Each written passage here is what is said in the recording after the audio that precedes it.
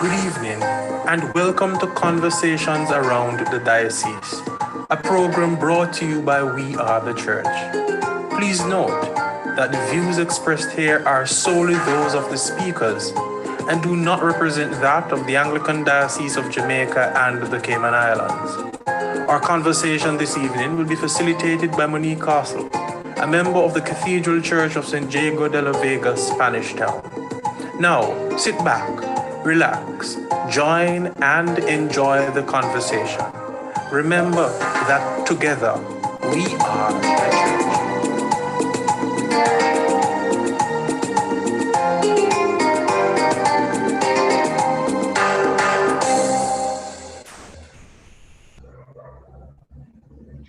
Good evening, friends, and welcome to Season 3 of Conversations Around the Diocese.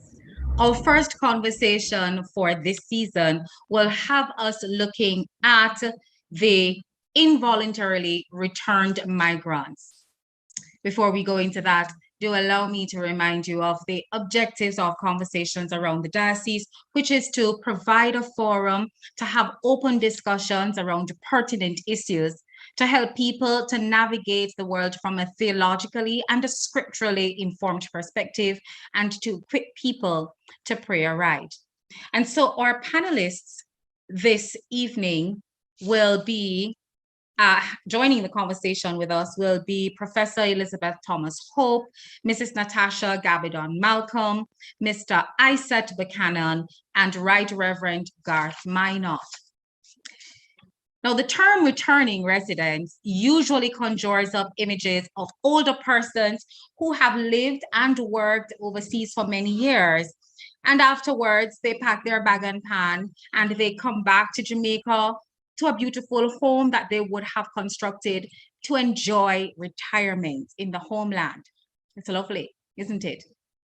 But today, however, we'll be focusing on or looking at a different type of returning residents. Yes, and today we'll be focusing on the involuntarily returned migrant, which is a euphemism for deportee. Persons who have run afoul of the law elsewhere and have been sent back to Jamaica. So there are several things that we will consider as the conversation unfolds. What are the implications for their existence, sometimes in circumstances where they have no relatives here? How can they be of value and contribute positively to society? How, if at all, do they reintegrate into society? Are they redeemable? And what is our Christian response? So I'm sure you will have questions as the conversation unfolds. You will have your own questions, and we ask that you will save those questions, of course, write them down, put them in our chats on Facebook and YouTube, and we will field them with our social media correspondent, Reverend Bertram Gale. Reverend Gale, how are you? I am doing well. Thank you very much, Monique. Great, and welcome to the conversation. Thank you. Thank you. Excellent. I thought that this was quite a topic to begin with, don't you think? Oh, yes. Oh, yes. It's a very important one. And I'm sure that our panelists will be delivering some great stuff for us this evening. Excellent. I can't wait to hear exactly what it is that they have to share. And as we start our conversation, we invite our first panelist to start sharing. And our first panelist is Professor Elizabeth. Professor Elizabeth is a senior scholar in the Sir Arthur Lewis Institute of Social and Economic Studies at the UWI Mona, where she teaches in the graduate program and is engaged in research. Professor Elizabeth?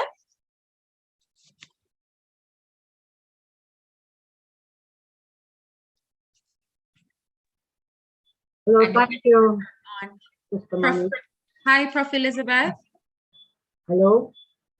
I can see you and I can hear you. How are you? I'm fine, thank you. Good. Thank you for joining us and welcome to the conversation. Thank you. I'm glad to be here.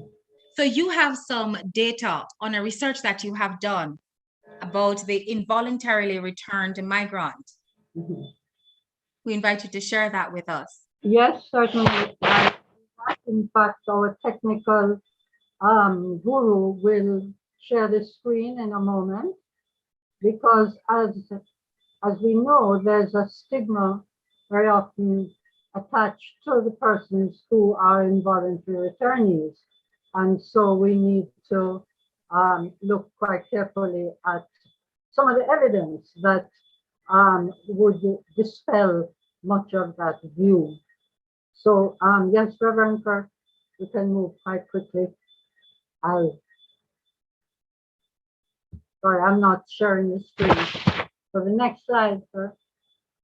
Fine, thank you. So the themes that I'll try to cover very quickly is first just a very brief overview of the pattern of flow, how many, when, from where. And then secondly, to look at some of the common assumptions that actually are the root cause of some of the stigma that is attached to this population. And some of those assumptions are they've been deported because of committing criminal offenses abroad. Secondly, they cause an increase in crime here in Jamaica. And thirdly, they're all much the same group of people in educational and occupational levels. And I'll bring some data, some evidence that shows that this is really not a correct interpretation of the population that are there, that come back. And thirdly, then the reintegration of these persons is critical because there is where we want to obviously assist in that habilitation and rehabilitation into normal life back at home. Now, you mentioned, Sister Monique, about our returning residents. And yes, throughout especially increasing in the 80s and 90s in particular, were these people coming back first, floods of people from Britain, and then more and more from the United States of America and Canada. And so the returning residents were seen as a potential for the booming construction industry and economic booms in general, especially in small centers, small towns, and so forth. But what we see is that from the 1990s, there's an increase in the persons who are returning involuntarily. Now, these figures here are the average annual figures. These are not for the total decade. These are just the average per year. And you can see that by the 2010 to 2015 year period, there are far more persons coming back post-returning rather than voluntarily returning with all the dreams, as you mentioned, Mr. Monique. So we look at the next slide. The data, just to ground this in solid data so that you know this, not the top of my head, but the data compiled from the National Intelligence Bureau, NIB, in Jamaica. And the second set of data is a detailed survey that I conducted in 2014 based on population that had arrived in Jamaica 2005 to 12. A sample of 1,000 persons were selected by the NIB, and from that, subsample was identified, and there was an intense interview and in session and questionnaire of 294 persons. So that is our final sample of actual persons who have been returned involuntarily in that period, 2005 to 12.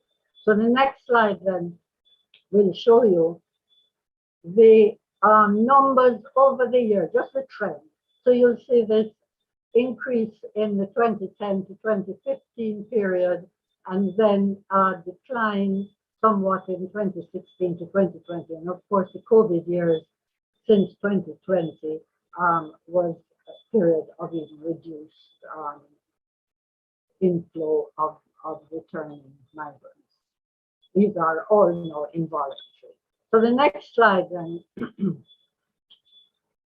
will show you that in the earlier period, 1995 to 2015, 70% of the persons involuntarily sent back to Jamaica were from the United States of America, with just 17% from Canada, 9% from UK, and 4% from other places.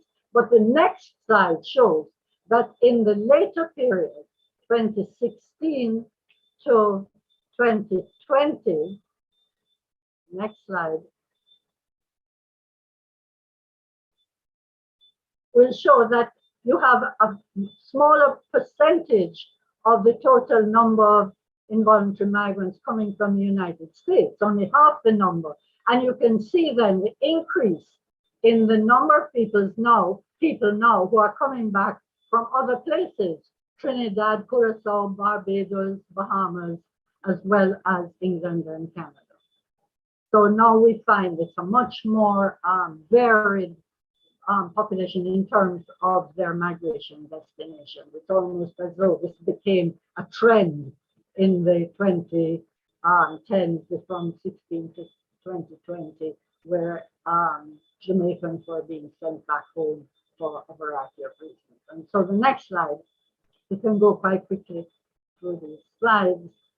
Reverend Kirk, thank you. Here we just see another way of showing you the way in which the United States in this 2016 to 2020, which is the most recent of the data, the majority then are from the United States, 50%, but now you have this range of other countries from which people have been forced to return.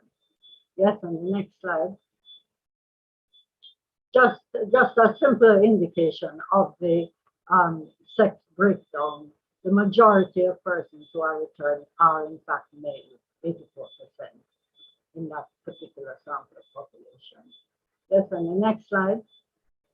Okay, let's start with these common, so those are the data that indicate something of the trend and the pattern. Now the common assumptions associated with the stigma concerning involuntary returnees. First assumption, that they're deported because of committing criminal offenses abroad. And the next slide will show you that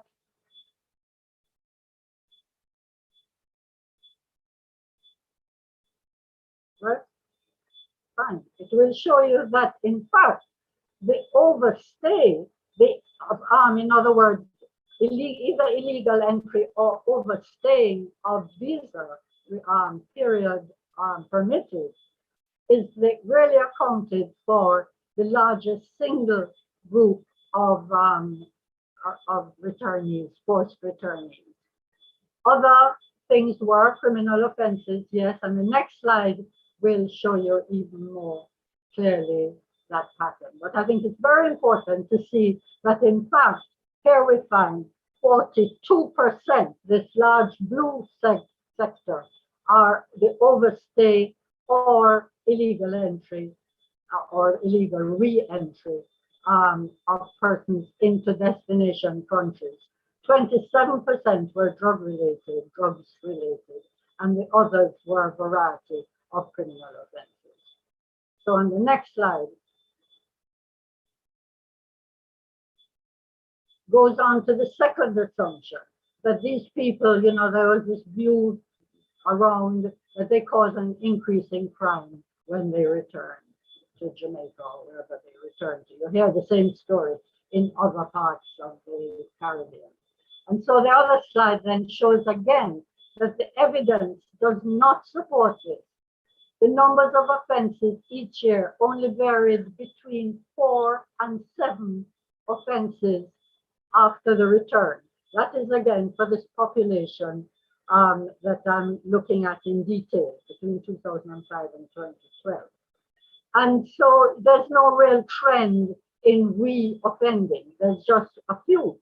And only 40 out of the 1,000 persons, in other words, 4% of the 1,000 persons in that overall sample that I studied was a reoffender on a criminal charge following the return. So we're not saying that there's no reoffending, but it's very, very small indeed. And it indicates here again that the majority of reoffenses were drug possession and drug related.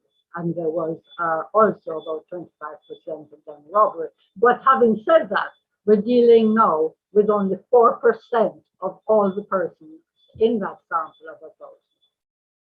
Okay, and the next slide, Reb. Thank you. It goes on. I want to move quickly. This is the other assumption, the third assumption, that they're all much the same. You know, the view that all these people, they return, forced returns, and they're all the same and they're all post-COVID. This is not the case. So let me again give you some evidence to dispel this general view. So the other next slide will show you that in fact the educational level attained by this group of persons in the sample, there were 44, well, let's start with 22% who were in primary education as their top level of education. But 44% were secondary educated, or secondary or skill certificates. And 8% had other certifications of skills. 21% were tertiary college or other tertiary institution educated. 2.4% were university bachelor's degree and 1.4% postgraduate degree. So we have a wide range of persons being returned forcibly in terms of their educational attainment. And I think this is totally contrary to this general assumption of people who are, you know, poorly educated and so forth. So the next slide now will indicate also the skills, the work experience, the occupational pattern of the sample that I'm referring to.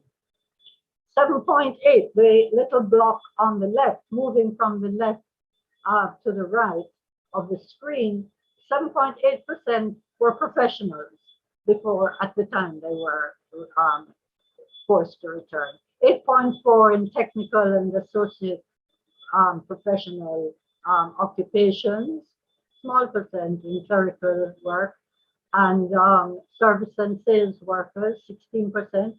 37% were in craft and trades, you know, different things, carpenters, masons, mechanics, and so forth, and so on and so forth. There's only 1% that had no skills at all.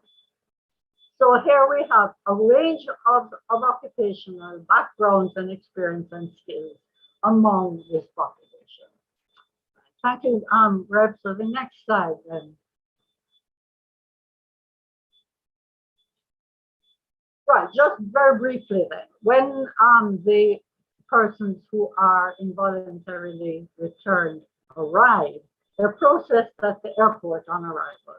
They're processed by, you know, the Passport Immigration Citizenship Agency and the NIB, the National Investigations Bureau, the Customs Department, Ministry of Health, and so on, and also the Open Arms NGO. Secondly, some returnees arrive with no identification, no official identification, and some of them with no contact for relatives, no addresses, and so on, little or no material possessions, more or less what they're standing up in. Thirdly, many are suffering, obviously, trauma and a dip in their self-esteem, and this creates a range of socio-psychological challenges for some. And those with nowhere to go are received by Open Arms NGO. And we, of course, you'll hear more about that later on after with one of the other panelists. So the principal factors that affected, because what I did was I was able from the questionnaires and the interviews that I did of that sample to generate measures of reintegration. So I had an index of reintegration that I was able then to relate to different circumstances and other factors to see which were the really the most serious issues affecting the reintegration. One was the support and assistance received immediately after arrival, because the arrival is pretty traumatic for the majority, especially if they have no contact with with relatives. Then secondly, of course, is there opportunities to work and be employed again. And as you can see, the great majority have some experience in employment and also skills. Their accommodation, where they are able to live, and what arrangements for living they can arrange, can organize or be provided with, is a third factor. And fourthly, the social stability, chiefly based on relationship with family. And although I can't go into great detail about this, I would just like to point out that the fourth factor, the relationship with family, was the overriding factor in affecting the reintegration of involuntary returnees in the samples that I was working on. So the next slide then will indicate the sort of immediate assistance that this population received. 22.5% indicated that received no assistance at all. So here we have a potentially very vulnerable group.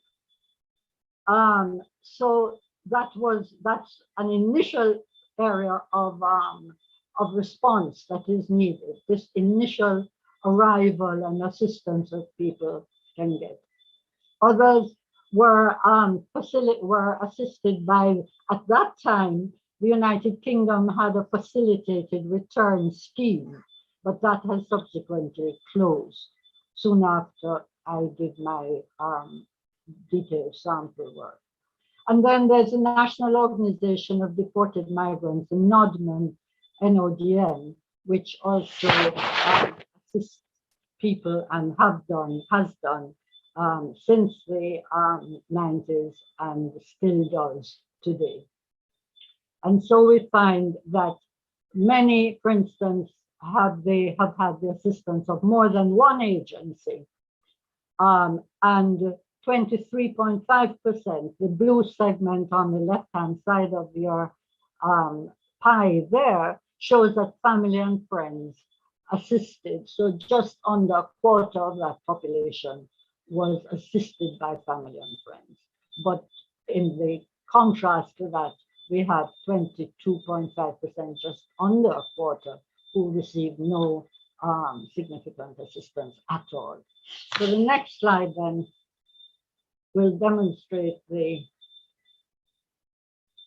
extent to which people had family abroad and in Jamaica. And you can see that 36, then on the left-hand side of this chart, 25.9% had a parent abroad. But the next bar, 31.6%, had a spouse or partner abroad. And some had obviously by then had a new spouse or partner, 8.2%. But we have nearly a third of the population then with a spouse or partner still abroad.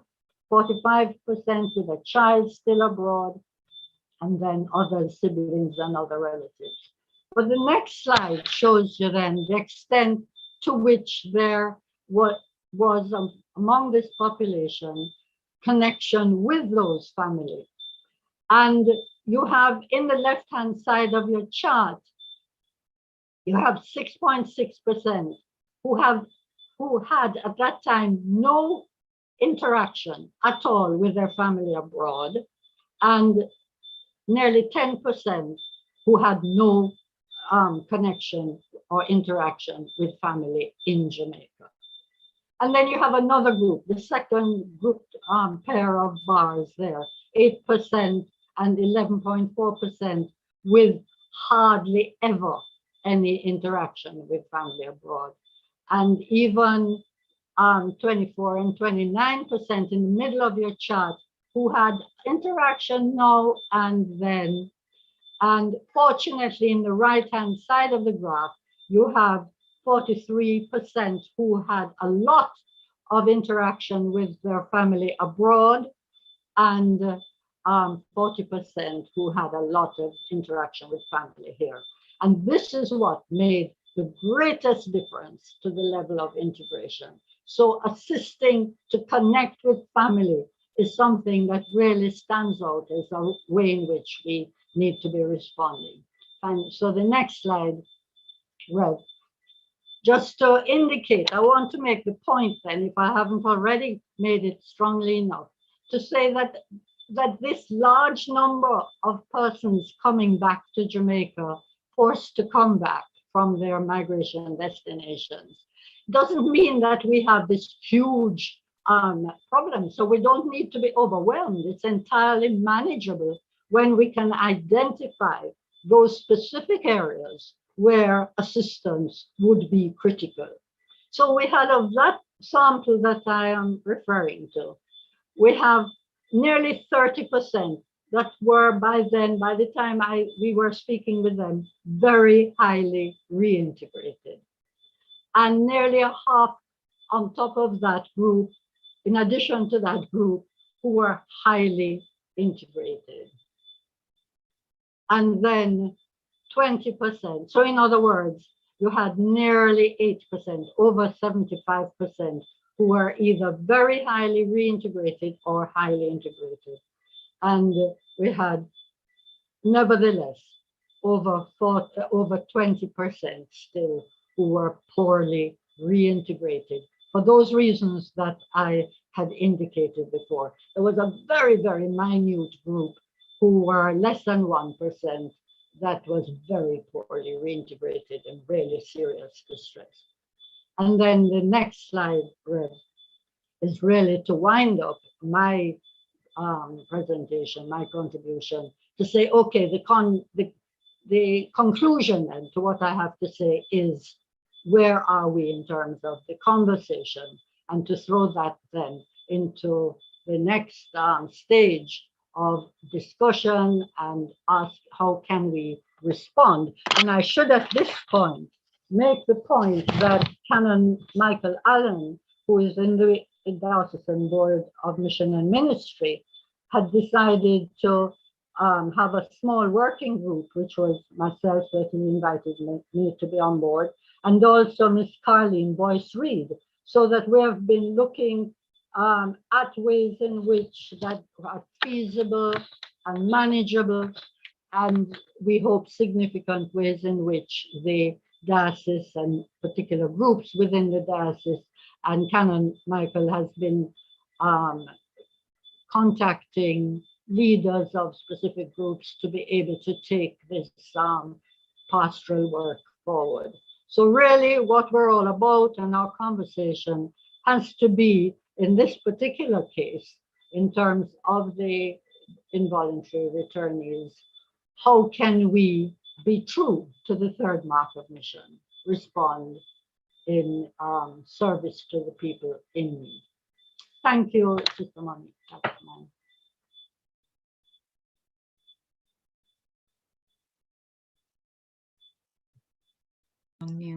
And thank you for that, for all the statistics and all the data that you have provided, Professor Hope. And with that, we will just move right into hearing from Mrs. Natasha Gabbidon Malcolm.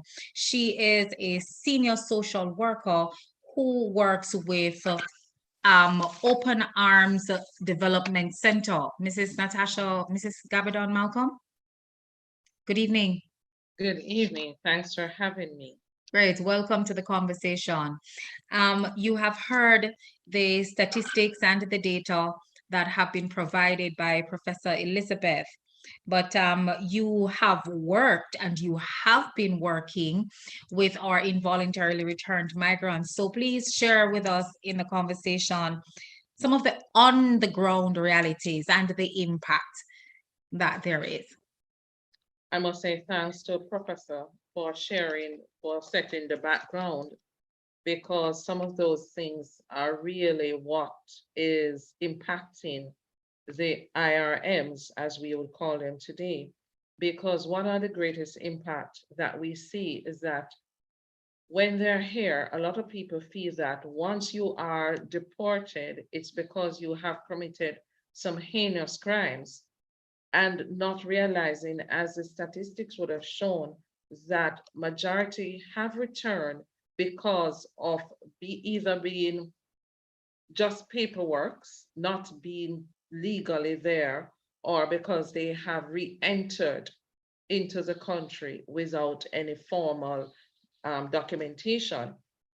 So in returning, we find that there are a lot of problems. First, returning, you find that there's trauma. And the trauma, because if each person can just imagine, just seeing your family right now and being ripped away from your family, what is the impact going to be like for you, having to hear that 3-4-year-old crying, daddy, mommy, and just knowing that the possibility exists that you may never see your child again, your loved ones, whether it's going to be your spouse, your siblings, your parents. And so this is trauma for them, because some of these persons are there, whether it be 5, 10, 15, 30, 40 years, however, how long, it has become quite a trauma for them. And so it affects the whole biopsychosocial, spiritual aspect of the person. So you will find them coming back with different illnesses, because that would have been brought on by stress.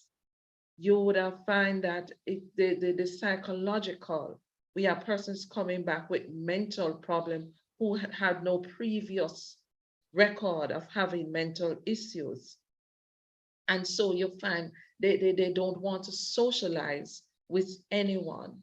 And of course, the big impact, where is God in all of this? How did he, why did he allow them to take me from my family? And so if God really cared, why this happened? And so you find that these are the things that are impacting them. And then, yes, they're here now and they're going through these things. How is it that the whole reintegration process is not as smooth sailing as we'd like it to be? Because for one, when they return, first thing, some may think that they could go home to live with grand aunt or brother who is here. I just spoke earlier about socializing. They don't want to socialize.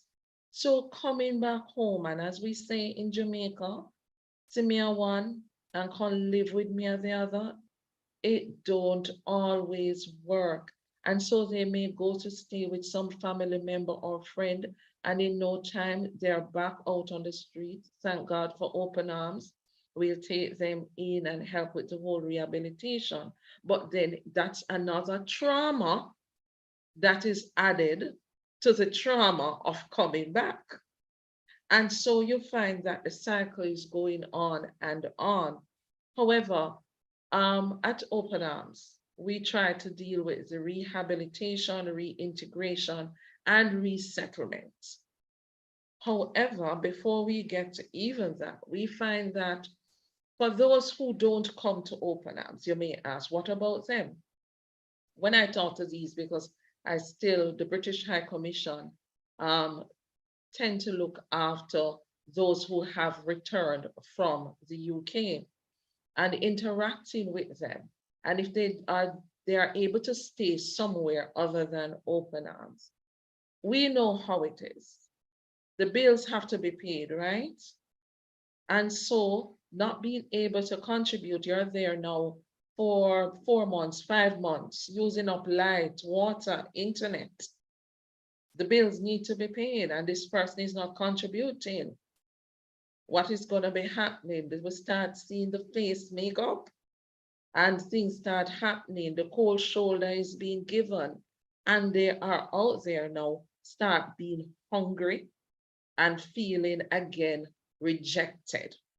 And it goes on. So we have also found that the other area is getting documentation. So you're back in Jamaica, you need to have your birth certificate, your TRN, an identification.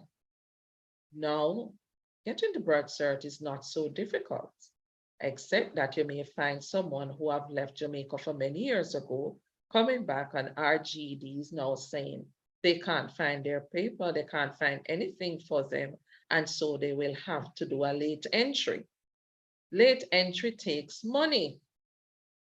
So where are we going to find this money to go to do the late entry again? Without the birth cert, we can't have the TRN. And then you find that it is just a cycle to get the TRN. Sometimes a JP needs to sign some of these documents. The JP don't know you, because it is right that a JP needs to know someone at least 2 years before they can sign any document. So who is going to sign this for them? And so we find that it goes on, the cycle is just going on and on and on. The family needs support. That do take them back. It's not just about having Jamaica understand that the stigma that is attached to them needs to come down, but also helping the family to understand the support that the IRMs are in need of, and the whole resettlement process. So in terms of getting a job now, so we get all the documentations, and we know they're now in need of a job.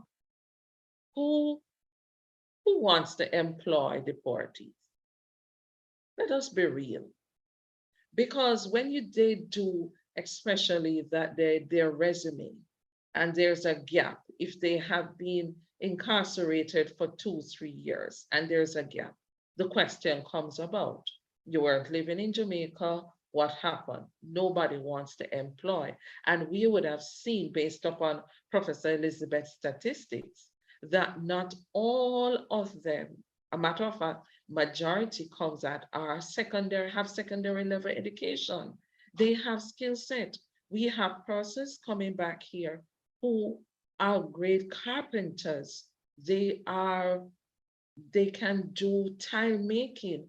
There's one man I know right now in St. Thomas who would love to have a block making machine so that he could make blocks.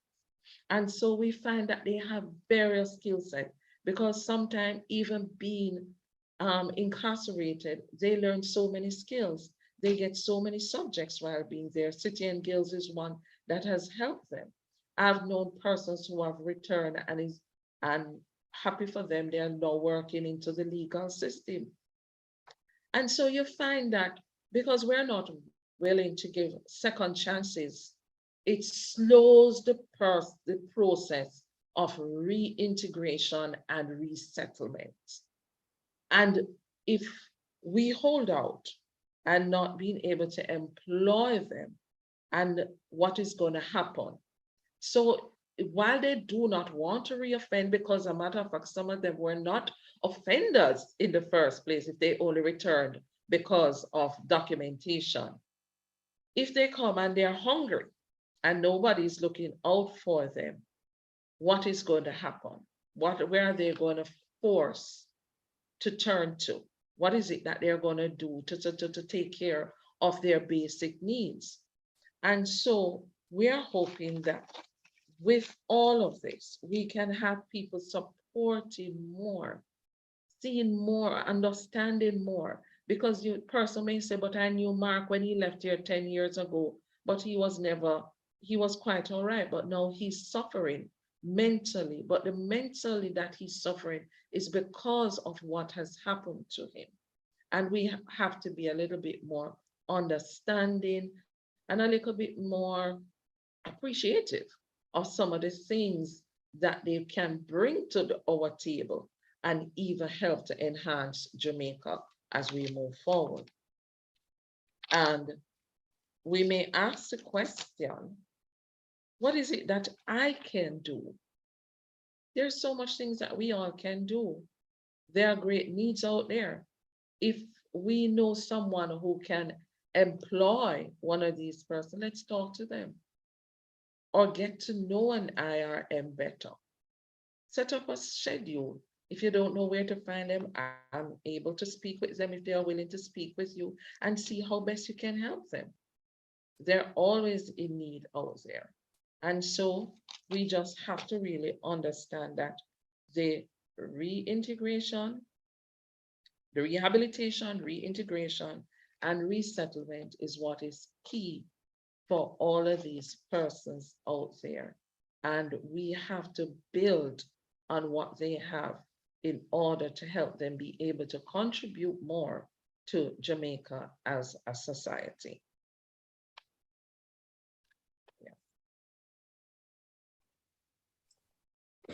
Thank you for sharing that with us, Mrs. Gabbidon Malcolm.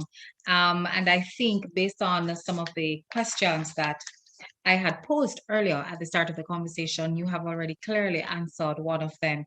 But before we go into reminding our viewers about those questions, may I invite you to put your comments and questions in the chat on YouTube and Facebook, and our social media correspondent for the evening, Reverend Bertram Gale, will field those questions at the appropriate time. At this time, we are going to introduce and invite another panelist to the conversation. And we now bring to the table Mr. Isat Buchanan. And Mr. Isat Buchanan is a notable attorney at law. Mr. Buchanan, you will share with us your own story. Welcome to the conversation, sir. Thank you for joining. Thank you for having me, and good evening to your viewers and fellow panelists. I thank you for the opportunity, because as I listen to the statistics, along with just the whole conversation surrounding returning residents, I have to say this, that I'm feeling the love that there is recognition for a group, a minority in a society that is already strained. That being said, I'm always, oftentimes, and even as I'm sharing my story, I have to say it in real time, there are still persons within our society that is uncomfortable with an IRM. I still use the word deportee, regardless of the fact that people say that we should go away from it. But the reality is there are certain things that we have to approach in terms of when you're living the experience, and in retrospect, whether or not we ever can get away from your reality, that what has happened to you is deportation. I have no objection to the word, but that being said, I am Isat Buchanan. I start like that, and I oftentimes remind myself that I was deported from the United States. A young person that found themselves on the wrong side of the law. By the court system, I was told that I was convicted as a drug smuggler. Happy to say it exactly, because that is what I was convicted for.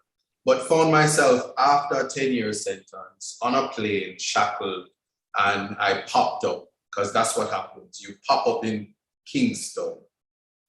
Yes, I pop up in Kingston, and as I am going through the process, the process never changes. We heard the conversation about identification, not having a birth certificate, not having ID, difficulty in getting all of that.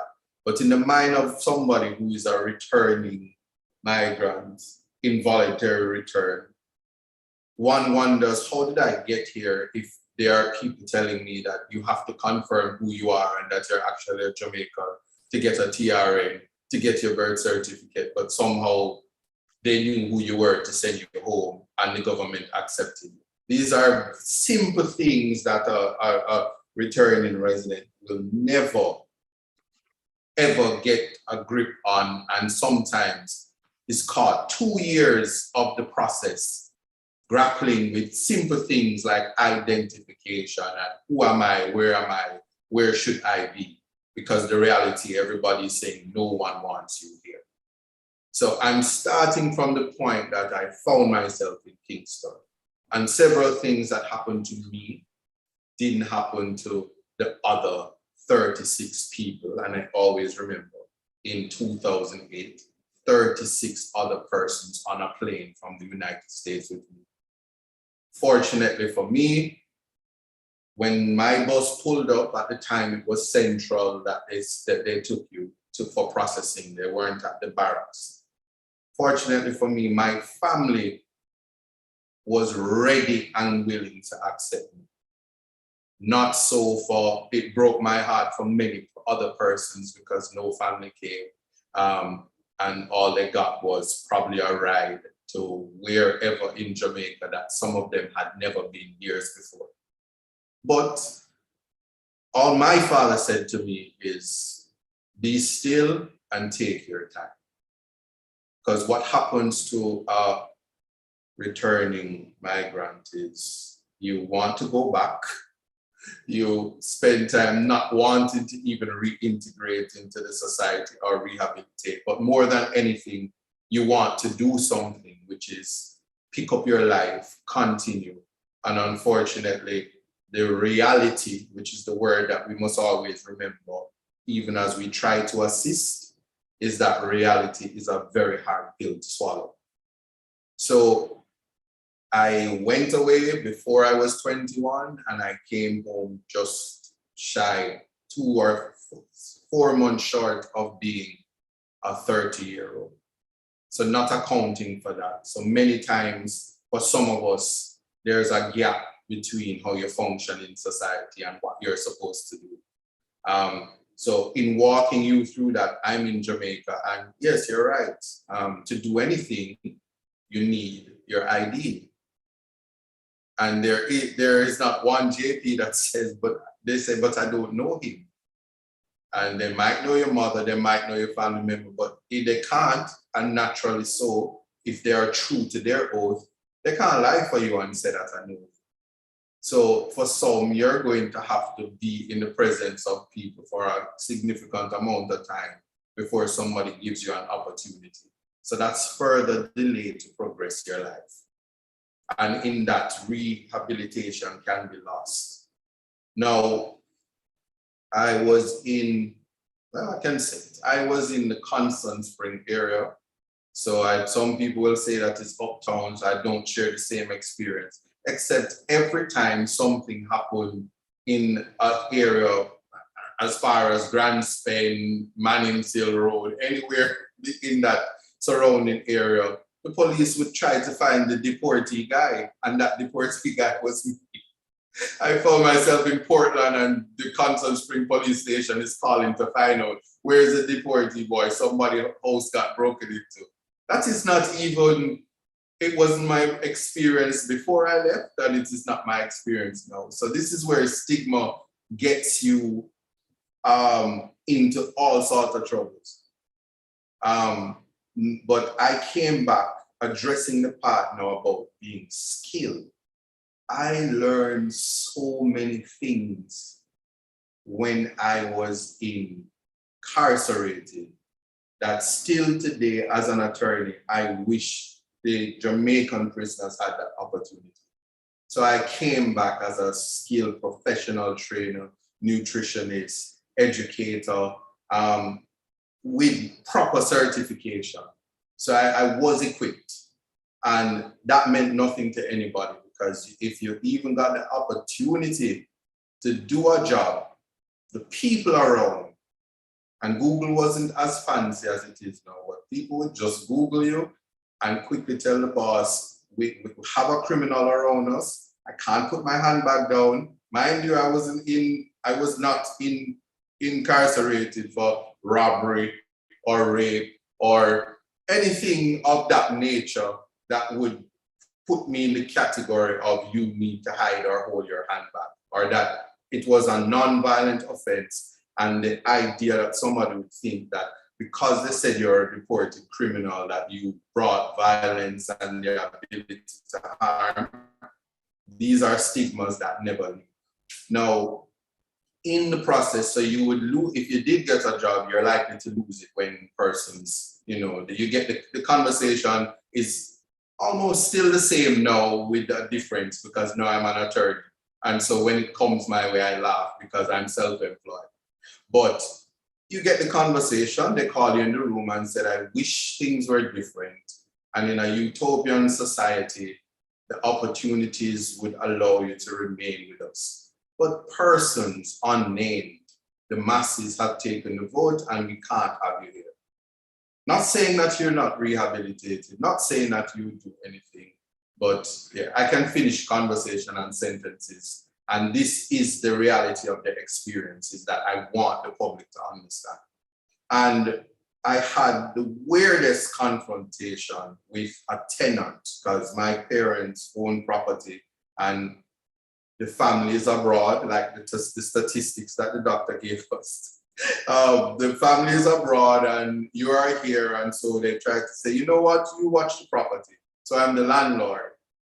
And a tenant said she's not going to pay the rent and she offered other alternatives, which I refused. And she reported to the police that I trespassed on her property. I was a deportee and I tried to rape her. And because I'm in their system as somebody who's a returning, right, a deportee, let me use that word, they did come for me with the full arm of the law. And I found myself in court on allegations of nothing of the nature of sort that would be associated with me. And that was the intervention that led me on the path to becoming an attorney, because I found myself before the court and I knew that there had to be something different. That aside, I was doing everything possible. When you are a returning resident, when you are even add to it convicted, because there are persons who return that did not get convicted, and we have to be aware of that. Not every deportee is a convict.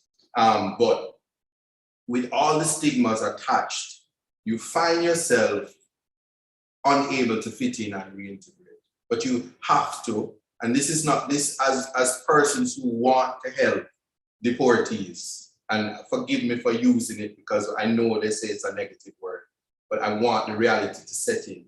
For persons who want to help us, let me use the word us, we have to also be aware that the person needs to understand reality and needs to want help. Because you'll never again be a normal citizen. You'll forever be a second-rate citizen, and there are certain requirements that you must carry out. You must be self-serving. You must be ready to give a helping hand. You must be a superhero. You must be selfless. You must contribute and it's mandatory for you to be a productive member of the society. To do that, you have to have the 10 jobs and the ability to always say yes. You can never say no. It sounds impossible, but certainly that's what I do, and that's what I do. And it was there that because of that intervention and trying music, trying other things, I found myself on a path. And I went to apply to the university and I was accepted. I was working at a law office following the interaction with going before the court. And I was working at the office and it was my boss who actually said, listen, I'm surprised that you are so bright. You need to try to become an attorney. I couldn't fathom in my mind that this is something that could happen to me, but it happened. And from there, I went through the process. I was educated at the University of the West Indies, where I am now an adjunct lecturer for criminal law, ironically. So I'm a Jamaican homegrown attorney. I didn't get my degree while in prison. I was done here. The significance of me speaking about that aspect of it is that there is life in Jamaica for everybody, not just the returning residents, but for persons who are also in inner city communities that need opportunities. It is the opportunity wheel that we need to set people on. And even after that, my calling to the bar was controversial. Well, after being called to the bar, it became a media spat. That's what I call it. And I spent the first 3 weeks of being an attorney picking up the pages of the Gleaner and the Jamaica Observer, and I'm on the front. And it was never man who becomes attorney. It was always two-time convicted attorney. So I'm not an attorney at law. I'm twice convicted attorney at law. That's the narrative. And if no matter what I do, I challenge anybody. You can Google it. You Google any story, anything that I do. If a reporter is listening, you'll take up the paper tomorrow and it will say twice convicted Isat Buchanan spoke at an event. And at least half of the story speaks about my entire experience, what I was convicted for. So it never leaves. And I don't have a problem because I'm always happy to share. But with that, I want persons to recognize that there is hope and there is life. I don't think, for me, I have to say that there's anywhere else in the world that the possibilities are endless like Jamaica. We have one of the most powerful constitutions in the free world, in the English-speaking Commonwealth, the most progressive of all of them. And because of that, it will afford opportunities to minorities, and IRNs are a minority. In terms of, I hope I had shared the experience in such a way that persons understand and keeping it on the ground and what we need to do. And that being said, there are words like I said, the reality, but rehabilitation is something that we, the church, society, need to assist persons to aspire to. Rehabilitation is ongoing. I have reached aspects of my rehabilitation and I am rehabilitated, but there's a lot of things that I'm still learning. Emotional damage, memories, times, moments with self, my conversations with God. When somebody said, is there a God? It is this experience that caused me to find God. It is this experience that I'm happy to say that no IRM will ever find their way unless they find God. That's the first place. And that is who you lean on, and God never gives anyone more than they can bear. So you find God and you recognize that you need to face your reality. And then you reintegrate. There has to be a time when you reintegrate. You can't be a victim. You can't hide your conviction. You have to say, hi, I'm Isat Buchanan, I am twice convicted, because they will say it for you. They will find you and they will use it to put you down. Many times they have tried, but I've already said it. So there were no secrets and you can only say, but you are convicted. And what? Because resettlement, Jamaica is your home. It's a beautiful country. I don't follow the narratives that I see on TV as persons are talking about crime, and they include us, the deportees, as the persons who are the contributors to crime. And I'm looking around and I'm like, but wow, I'm a part of this community and I don't hear anybody saying, but hey, there's this guy that's out there fighting crime and speaking about human rights. And then there's this thing about resentment. We have to get away from that. You are here, pick up the pieces. And always re-evaluation is important. But the most important thing I want to let them know is that this year, in August, I got on a plane to London as a part of my profession, and I was not barred. I was treated like any other citizen with a visa. And I went to London and I saw all the sights and everything, and nobody said, oh, this is the deportee, what are you doing here? Because there are you have a lot of building to do. speak to everybody 14 years since my deportation to say that each person has to set markers for their life and the road to that rehabilitation, because it is possible. Focus on your profession, say bye-bye to your mistakes. And if you have a desire, which many persons do, to go back to, I don't know, let's still call it these things, first world countries, then if you are in good standing and you are a person of integrity and character, good characters as of now, then you will one day, it won't be 2 years after you're deported, but maybe 14 years later, like myself, Like you yourself. pick up yourself and you can go on a plane and you can go to an embassy. You say, hi, I'm the guy who was deported 20 years ago and I need to go to Canada. And they said, okay, what are you going to do? I said, I just need to look and come back, and they stamp your book. And the Interpol is aware of my crime. People can get over it. I'm doing things to help my society, help my people, and being productive. That is the marker. And the church, everybody, I say this, and I'm just processing and thinking out loud that there has to be preemptive efforts from us to help the IRMs. The IRM. Yes, and when I say preemptive, I say it this way. We, unfortunately, we just received them. Okay. But there was nobody on the other side to speak about.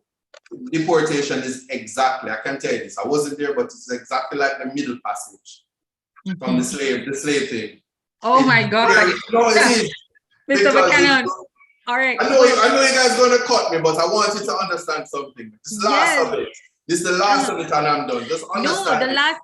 This is not the last of it, because we have the question and answer section that I know, but absolutely have to share it. I'm going to short, but I want you guys to know this, that it's the scariest things for IRM to be put on that plane, not knowing what you're coming back to. So where preemptive is concerned, we need to be able to have somebody give them the talk before they come. This is my face.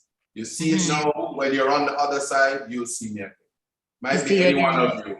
Yes. And so thanks so much for the opportunity. Right. Thank you too. And of course, we will hear more from you in the question and answer section, which brings me now to what your father said, be still and take your time. All right, friends, we have our question and answer section coming up for our panelists, and we still have one panelist to bring into the conversation.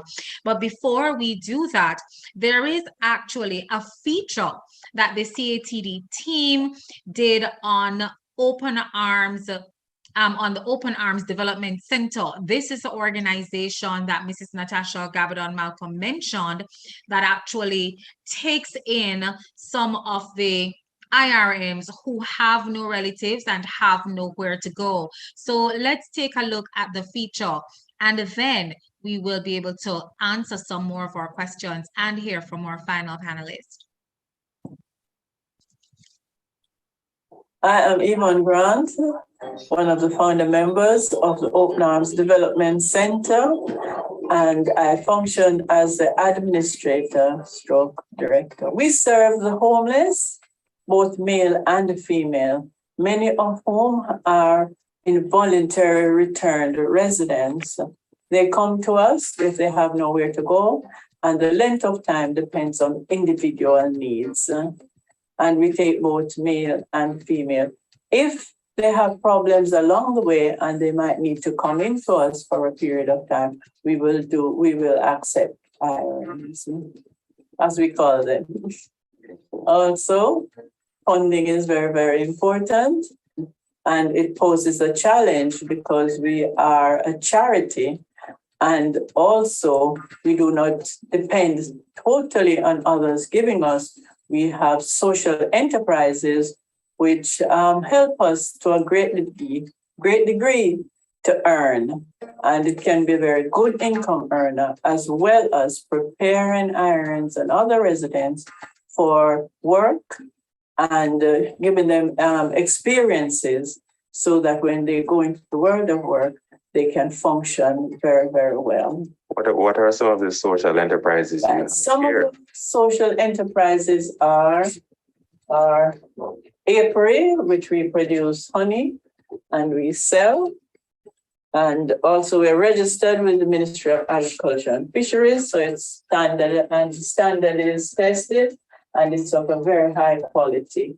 We have a sewing project and we make multi-purpose bags and we sell them. And these bags are quite versatile. You can use them for various things, such as shopping for your office or going on picnics or trips. We also make sheets, different sizes, twin sets, and single sheets.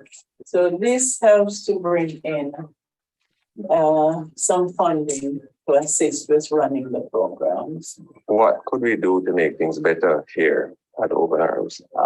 There's a lot you can do. However, right at the moment, we need a proper bottling plant for creating the honey. And so we need a space, a nicer space, which could be kitted out so that our production can be more professional, and that would help us greatly. Thank you very, very much for coming to Open Arms to just have a look at what we are doing. We welcome your presence. We welcome your generosity, your care and your concern for the involuntarily returned migrants. And we know that you will be of a great help to us, especially in developing the apiary so that we can have a state-of-the-art bottling plant for our honey. Thank you and God bless you.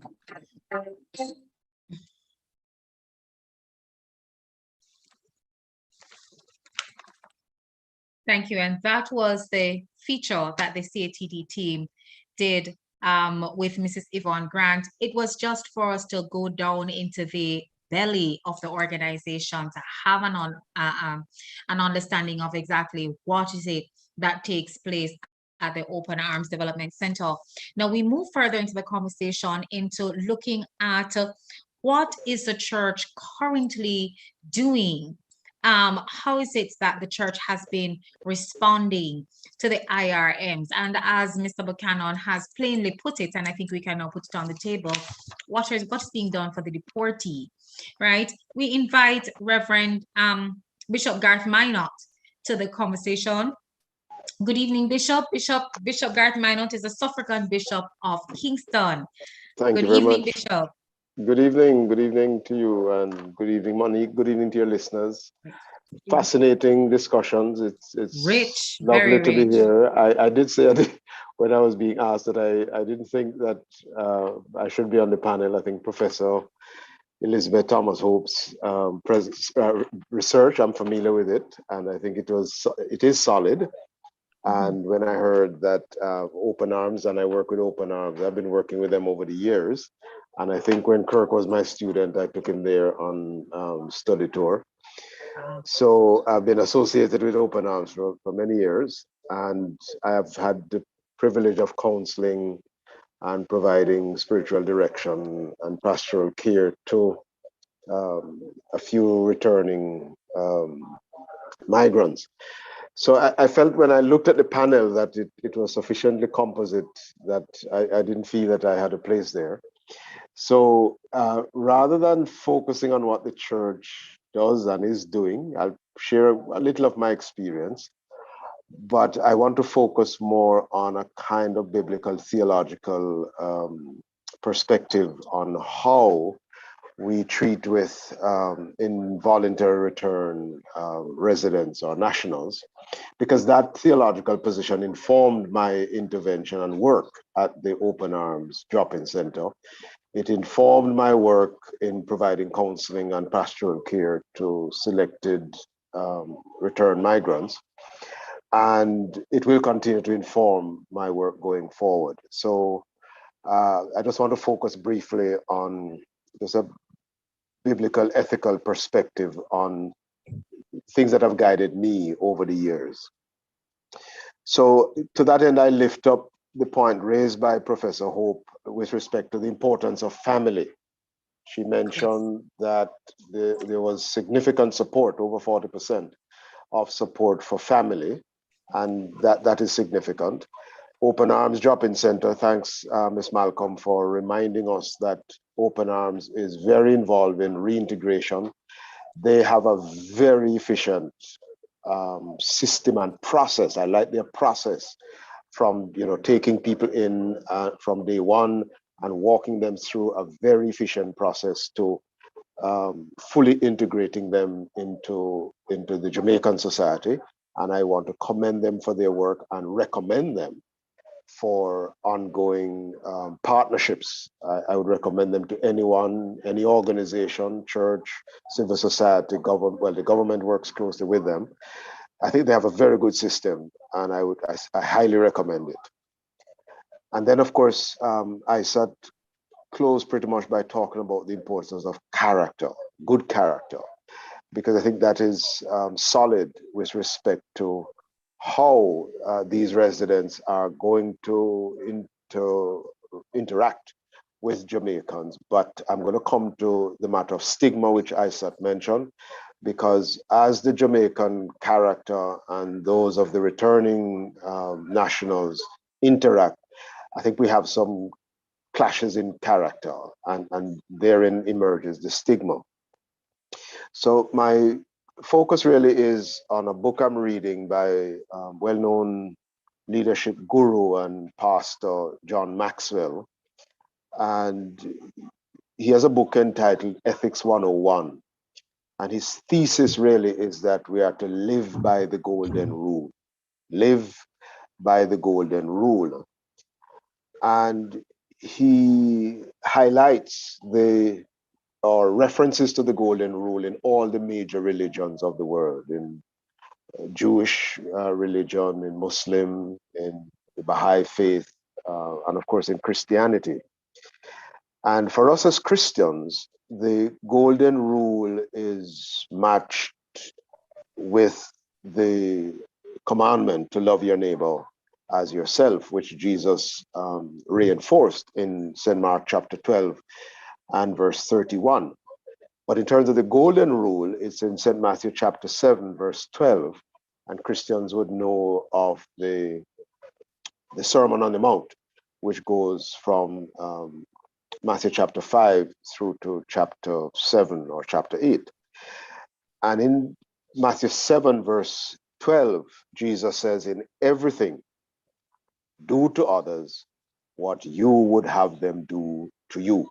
In everything, do to others what you would have them do to you. And as I said, this has been my guide, my principle over the years as an individual, as a Christian, as a pastor, and even now as a bishop. I think this is especially important in light of some recent data coming out of the National Commission on Violence Prevention, which operates out of the Prime Minister's office. And it points out, among other things, data suggesting that the homes in Jamaica are producing people with violent behavior. So the idea that deportees are, the number one drivers of criminal activity must be dispelled. And I think Professor Elizabeth Thomas Hope points that out in terms of the data. So the data is there. But I think now we have to focus on the family. A good thing about the family, as we see from Professor Elizabeth's data, is that there are some good things happening in the family. And Isat pointed to that in terms of his own family and the freedom they gave him in terms of not just only facilitating his reintegration, but also his independence and mobility, stability, etc. So I think between what Isat is saying and what Professor's data is suggesting, there is already a groundswell, a foundation for positive, uplifting family life that we can take and build on as church in terms of rescuing and restoring family life to a place where it can be foundational in building the Jamaican society. My friend and family member, Dr. Christopher Charles, in a research he did in 2010 on the importance of reintegrating deportees in the Jamaican society, pointed out that we need to dispel this notion that there's a direct link between deportee and crime.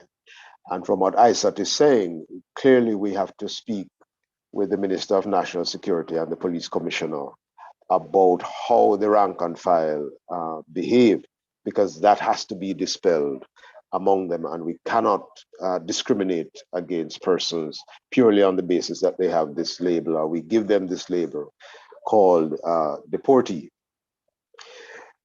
Dr. Charles points out that in collecting the data in 2010, the only church he knew of or found that had a well-established ministry of reintegration is a church called the Cornerstone Ministries.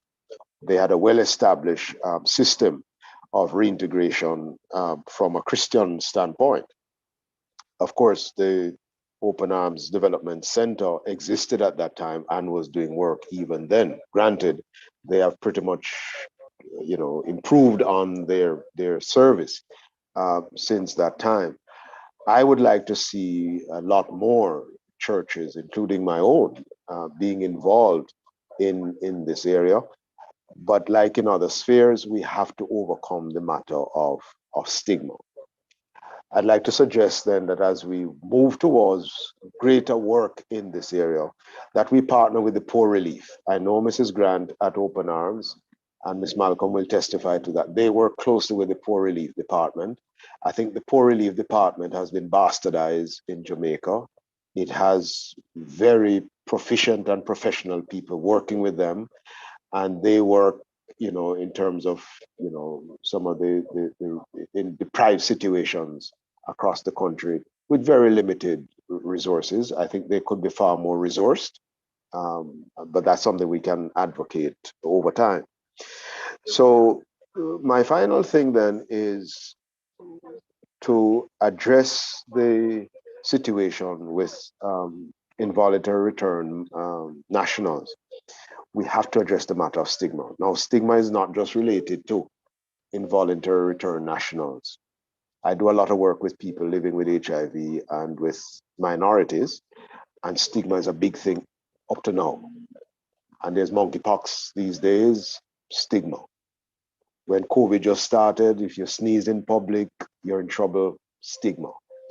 So there's a pervasive sense of stigmatization in the society, and that stigma is usually followed up by violence, discrimination, intimidation, and sometimes, sadly, murder. So we need some values that will drive overcoming this stigma. We don't have time for me to flesh them out. I'll just list them because I'm giving you a Christian perspective. I think it's important that I emphasize the need for some Christian virtues to drive this process of overcoming stigma so that we can be more intentional in reintegrating our nationals. Respect is one of them. And I think it's important that we respect persons as, we would say, from a Christian perspective, being made in the image and likeness of God. So every person, irrespective of their status in life or their history, is made in the image and likeness of God and deserves respect, not because we feel they should be respected, but on the basis that they are made in the image and likeness of God. Secondly, we need to love people. Love is unconditional. We love people not because of the way they look, not because of their size, not because of their height, not because of where they come from, uptown, downtown, middletown. We love people because God loves them. They are important to God. They are VIPs. And in that respect, then, all persons are to be loved. And that includes the involuntary returned migrants. Integrity is important. Integrity in the sense that we don't judge people by their history. We judge people by the person sitting before us. And therefore we interact with them on the basis of what they present to us. so that we work towards now that character focus, which is seeking to integrate persons in the society, seeing them as our sisters and our brothers. I think that's very important. So in a sense, what we're doing is integrating them into our family, the Jamaican family. It just means that they went away for a while and they have come back. And that is true for inmates or ex-convicts in Jamaica, because we have the same stigmatization for persons who serve time in Jamaica and they are released, and especially where they commit heinous crimes. We feel, and family members also demonstrate this kind of stigma, that they should not be returned to society. Some of them can't go back to their communities, etc. We have to be part of the integration movement, and integrity is key to that integration. Another area is I signed a memorandum of understanding yesterday between the Ministry of Justice and the Diocese, focusing on restorative practices. And part of that is to use restorative justice as a means of, restoring relationships, broken relationships. And listening to Professor Elizabeth and to Isat and to Ms. Malcolm, Ms. Malcolm pointed out that there's some persons who can't go to their families because their families don't want them. And some families who take them in initially fall out of grace with them because they're not earning, etc. So we need to practice restorative justice in cases like these. And I think this is where churches can really play a significant role to provide the pastoral care and the spiritual guidance for families so that they do not isolate family members who come to stay with them and to be with them. And some churches provide care packages, and family members can benefit from these, especially when they are faced with difficult financial times, especially now. Lastly, faith. Faith is an important virtue for Christians. It's faith that we use to grasp the reality of God. And I'm glad Isat mentioned that he came to faith in a way because of his experience. The reality of God is not a filling a gap. It's not when everything else fails, then you turn to God to fill in space. Faith is a way of dealing with reality. Isaac mentioned reality. It's faith that says, I am going to move beyond this hour to the next hour. It's faith that says, I'm going to move beyond today to the next day. It's faith that says, I'm going to move beyond this year to next year. And that is the living by faith that we need to practice for ourselves first as Christians, and then encourage others to do likewise. That's what I tried to do in one particular case in which I provided counseling and spiritual guidance to a returning migrant. A very well-trained fitness coach. He was trained while he was incarcerated and elsewhere, and he was certified. But he didn't think that he could use the skills here because he just lacked motivation, And so I had to say to him, take a picture of your certificate, and every morning you wake up, look at it. And before you go to bed at night, look at it. Because what it is saying to you is that you are far more than the way you are seeing yourself now. The fact that an entity certified you as a fitness coach, that doesn't come lightly. It meant you had to train, you had to exercise, you had to do tests, you had to be examined, and you pass those tests. And so you are now certified. So what I want you to do now is to live into your certification. And you're going to go out there and put up a sign at your gate that you're a fitness coach.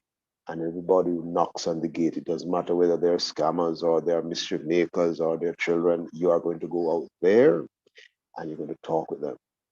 talk to them about your experience of being a fitness coach. Obviously, if they ask you about your, experience of being incarcerated, you talk about that too. So I had to work with him for over a year until eventually he what they call, set up his own shingle and started his own business. My point is, I end where I started, that we have to love people as we love ourselves, and do not do to others what we would not want to be done to us. So I leave you with a passage from 2 Corinthians 4 and verse 7. St. Paul says, we have this treasure in earthen vessels, so that the surpassing greatness of the power will be of God and not from ourselves. We have power within us, the power of God, and it is that power that is going to help us to do unto others as we would have them do to us. Thank you very much for listening. I appreciate this time. Thank you very much, Bishop, for sharing with us whatsoever you do to these, the least of my brothers, that you do unto me. At this time, I am going to bring in Reverend Gail. Reverend Gail? Hey, Sister Monique. Yes. Beautiful. How are you doing? Beautiful. I am doing great, thank you. What do you think of the conversation so far? Man, I never thought of the issue as deeply as I have tonight. So I'm really, really happy for this conversation. Me too, me too, me too. And each of our panelists so far have brought resources beyond belief, rich. But I'm sure there are some questions that we have, right? Would you like to put some of the questions forward? There are some questions, so I'm going to throw them out now. Just want to thank Meldrina from Florida for joining and for hailing us on YouTube. So big up to her. Question: if they returned because of documentation and they need a job that requires a police record, is the person at liberty to state why they are or were deported to the potential employer? That's the question. So let me read again. If they returned because of documentation and they need a job that requires a police record, is the person at liberty to state to the potential employer if it is that they were deported? Okay, all right. So in the interest of time, I'm gonna ask, is it that you want Mr. Buchanan or Mrs. Gabbidon Malcolm to answer that question? They could just give a quick response, a short response. Well, Mr. Buchanan, seeing he's a lawyer in the group, maybe he could give his a response, and if there are others who would like to chime in, okay, that would be great. All right. So, thank you for the question. This is a very controversial question because under the law, your deportation or whatever your crime is outside of Jamaica does not form a part of what is called your antecedent. So it is not your duty under the law to disclose that conviction. That's the starting point, unless the particular job is probably a government job and it wants that full disclosure. Okay. But private persons are not to ask you. And sometimes they ask you and they know, because as I said, you can Google, but they don't have no right to discriminate because of it. That's one. The second thing I should say, and I'm going to always say this, don't care who you are, don't care what it was, always disclose your information and be proud of your mistake. It's a part of your reality. That's the best answer I can give. Quite sufficient. Quite sufficient. Thank you very much. And I have another question. If most of the returnees are sent back because of immigration breaches, what education can the Jamaican government locally and in these various countries engage in to help make persons aware of the serious implications, that is, of overstaying their time? I think Mrs. Gabbidon Malcolm or Professor Hope can take that question.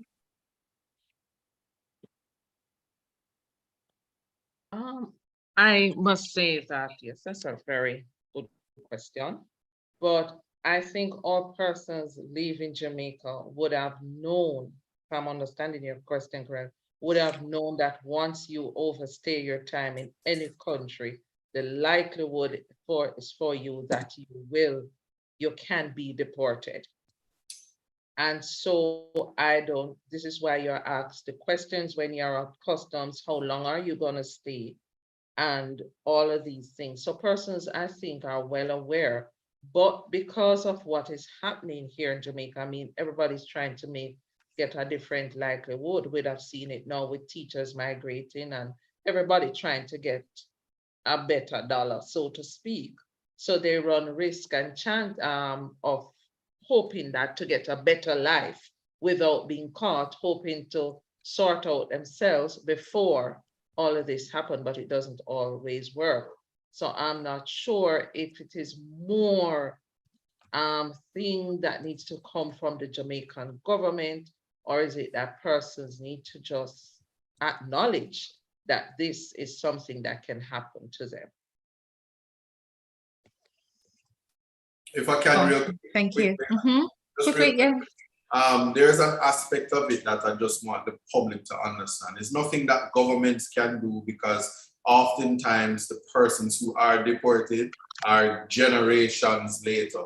So if Professor Thomas Hope gave all the information and all the statistics, somebody right now is about 2 or 3 running up and down, thinking they're a citizen of that country. Mommy never got the paper right. You go to high school, you graduate, and it's not until you get in trouble you find out you're not a citizen, or you're not where you're supposed to be, because you were probably in the belly when you know, I'm being dramatic, but you need to understand there are persons who don't know, and it's not necessarily the government's duty, but persons are simply to know your status, review, and try to keep current, because the laws also change. Our teachers are running off, and it's all good now because there's a shortage of teachers.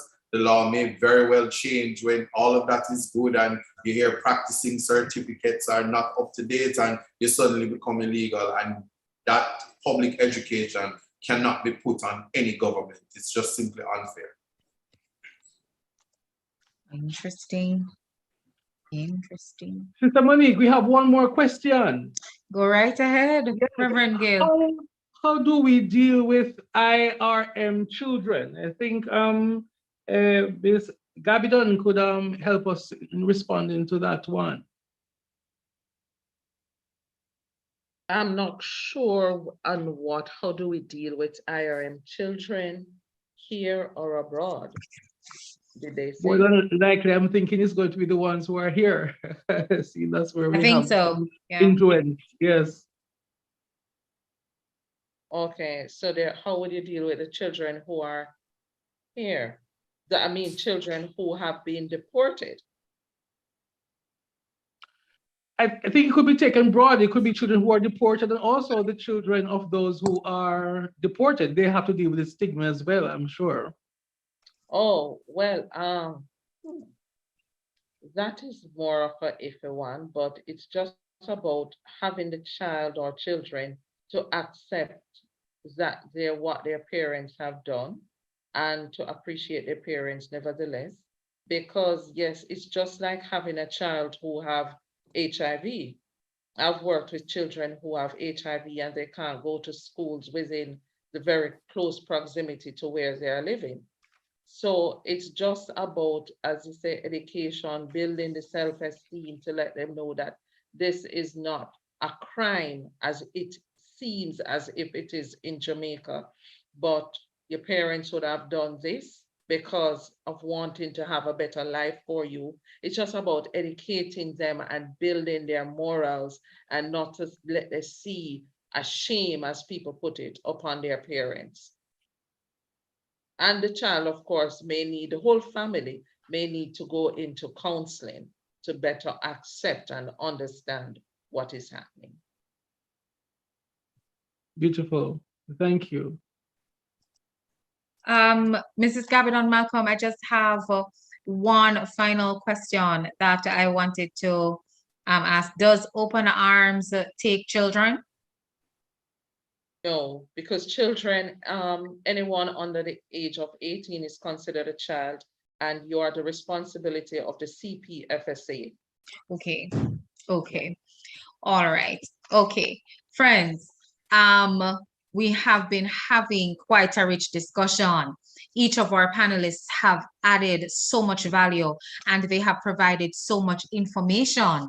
I am going to ask each panelist in the order in which they came to just wrap in 30 seconds, I must say, because of our time, in 30 seconds, what is it that they think the church, what more can the church and the citizens do? So I'll start with you, Professor Thomas Hope. You spoke about the mark of mission. So in 30 seconds, and then we go to Mr. Buchanan, sorry, Mrs. Gabbidon Malcolm, Mr. Buchanan, and then Bishop Garth. Okay, thank you. That's such a broad question because it ranges from the practical issues that have been raised, the support that we can give at various stages and in various ways. And it ranges from those practicalities to the theological underpinnings of what the church is all about. And our marks of mission in the Anglican Church are requiring of us to respond in various ways, in this case with service to persons in need. And I think the various perspectives that have come from the different panelists have really explored so many of those and the different angles from which these needs have been generated. So that even as I am thinking in terms of the way in which people seem to be integrated, they're working, they're back in the society, but nevertheless, the society itself is holding it against them. And so we're having to work not just with the persons deported, but also with the society at large in terms of this, love your neighbor. And in terms of this, what I think it was Bishop Garth who mentioned, we are so eager to stigmatize every single minority that emerges here. And this is something we really need to keep, examining our theology, our education in terms of the way in which we perceive and treat other persons. Okay, so thank you so much. Thank you so much, Professor Thomas Hope. Mrs. Gabbidon Malcolm. He that is without sin, let him cast a stone. And Sufficient. Yes, because there's none of us that are so holy and so righteous without any act that couldn't deemed not being worthy of getting a job. And so we look at the items. I'm just saying, as a church, some persons within church have businesses. Right. And if they can extend to take in at least one IRM and to say, yes, I am ready to make that first move. I am ready to forgive and allow and give this one person a chance. And all it takes is just one person to start. And then we can move from there. There are those out there who have come, who have not yet get to the mindset to work, but they are in need of food. And they're out there. And they're in the community where churches are, but they don't know how to come to the churches as well. So I'm just saying, churches partner with us, see where they are. We are willing to let you know, and let us get to them and help them in all the ways that we can. One person can't do it, but as a church, as a group, we can come together and help that one. Thank you so much, Mrs. Gabbidon Malcolm. Mr. Buchanan. So I will just go back to what I said earlier in terms of preempting. 30 seconds. No, in 30 seconds, the preempting, just this part, please, you're taking up a second. The preempting aspect of it where the church fortunately is everywhere, but they're in a social media space and presence and representation is important. I've had persons who their family reached out to me to say that my son or my daughter, my child is going to be deported. How can you assist? How can you help?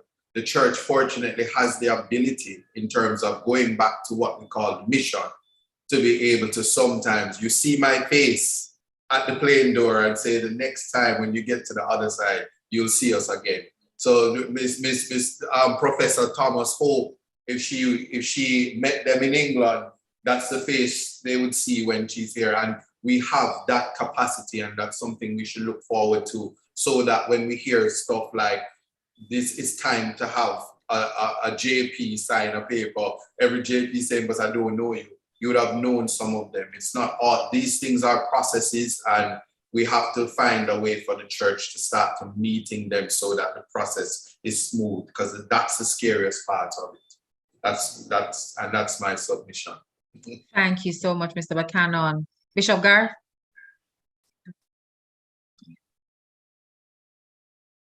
Unmute. Bishop Garth, you need to unmute. Yes, thank you. Thank you. Sorry about that. I'm closing with two words: faith and partnership. Faith, because of what Isat said, and this is what the church offers. The faith is an important part of coping in every experience, but in this particular instance, and therefore we should not be ashamed of saying that we are purveyors of faith. That's the first mark of mission: proclaim the good news. And in this case, we could call it the good news of faith. And because faith drives hope and love, it is because of faith that we have hope, and because of faith that we are able to love. So I'm suggesting that the church embraces, as part of its core ministry, the importance of faith that we bring to the table, because no other civil society group or government is going to bring that. And then secondly, partnerships. I think it's important. So for example, the whole matter of meeting the deportees on one side and seeing them on the other side, all churches have partners globally, and therefore we can partner with our global partners and ensure that these links are established, and therefore we are walking with the deportees both when they are elsewhere and when they come to Jamaica. So faith and partnerships for me are very important. Thanks again for this very informative discussion. God bless. And thank you to our panel. I'd like to say thank you to our panelists for joining, for volunteering, well, offering to participate in the conversation. And thank you to our viewers. We say thank you to our team, our Zoom meeting host, Reverend Father Kirk Brown. Thank you to our social media correspondent, Reverend Bertram Gale. And thank you to our producer, Ms. Selena Henry. Friends, our third season has begun. We've started with a real kickoff with this topic, the involuntarily returned migrants. We invite you to join us again on Facebook and on YouTube Live for our next conversation next month. Please do remember to like and subscribe, and of course, to send us your suggestions for topics that you would like to hear on the conversation. Do take care.